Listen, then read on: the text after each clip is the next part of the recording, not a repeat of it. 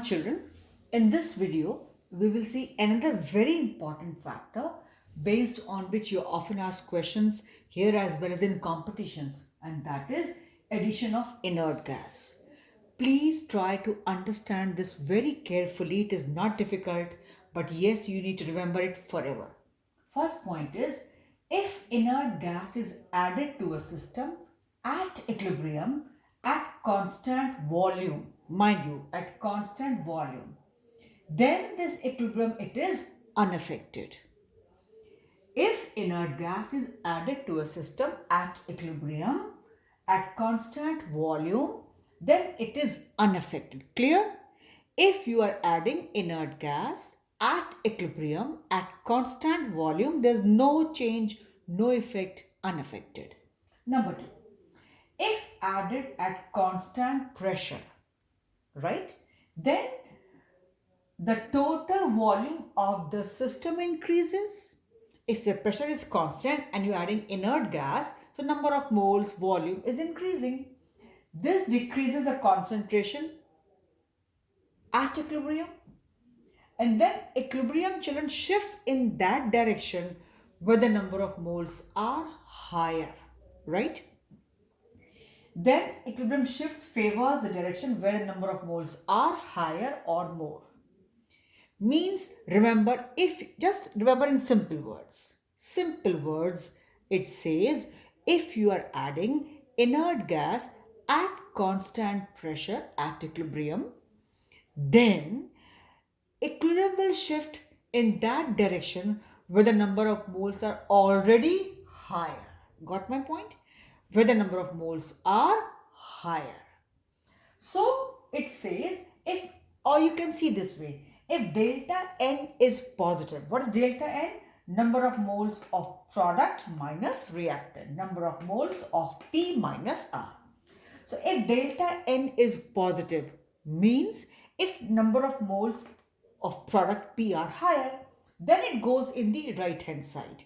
Or simply remember, wherever the number of moles are higher, equilibrium will go on that side only, will shift on that side only if you add inert gas at constant pressure at the state of equilibrium, or the equilibrium which is maintained at constant pressure.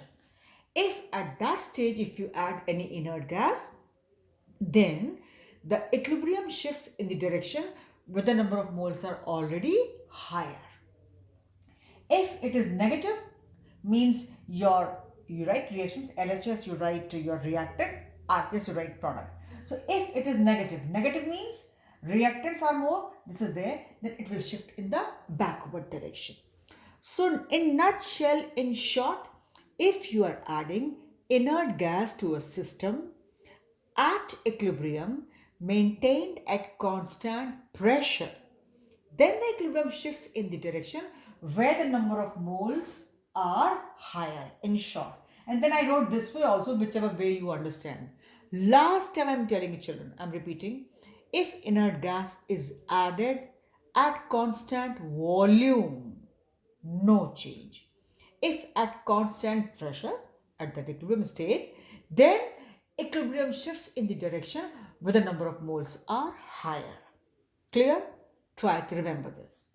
Then if delta N is 0, means number of moles are same on both the sides, P minus R, they both are same, then addition of inert gas has no effect at constant pressure or constant volume.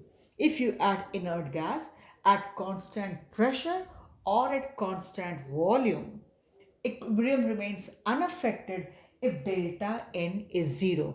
Means the number of moles of the gaseous components are same on both the sides, on LHS and on RHS, on reactant side and on product side. So let's summarize. No effect of addition of inert gas at equilibrium if maintained at constant volume. No matter whatever delta N is there, it remains unaffected if you added constant volume. Point number 1. Then no effect if delta N is 0, no matter it is constant pressure or constant volume. Only at one point it changes, it gets affected by the addition of inert gas, and that is when equilibrium is maintained at constant pressure. Then whichever side number of moles are higher, then the equilibrium shifts in the direction where the number of moles are higher. That much. Clear? Simple. This I tried to explain, but I know it is slightly difficult. That if added at constant pressure, then the total volume of the system increases. It increases. This decreases the concentration.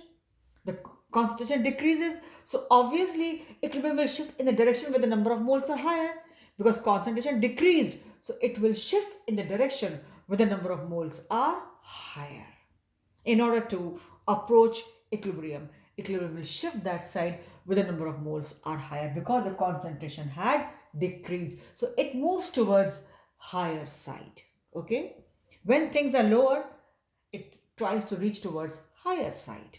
So since the concentration decreases, the equilibrium shifts in the side where the number of moles are higher in order to maintain the balance, in order to maintain the equilibrium.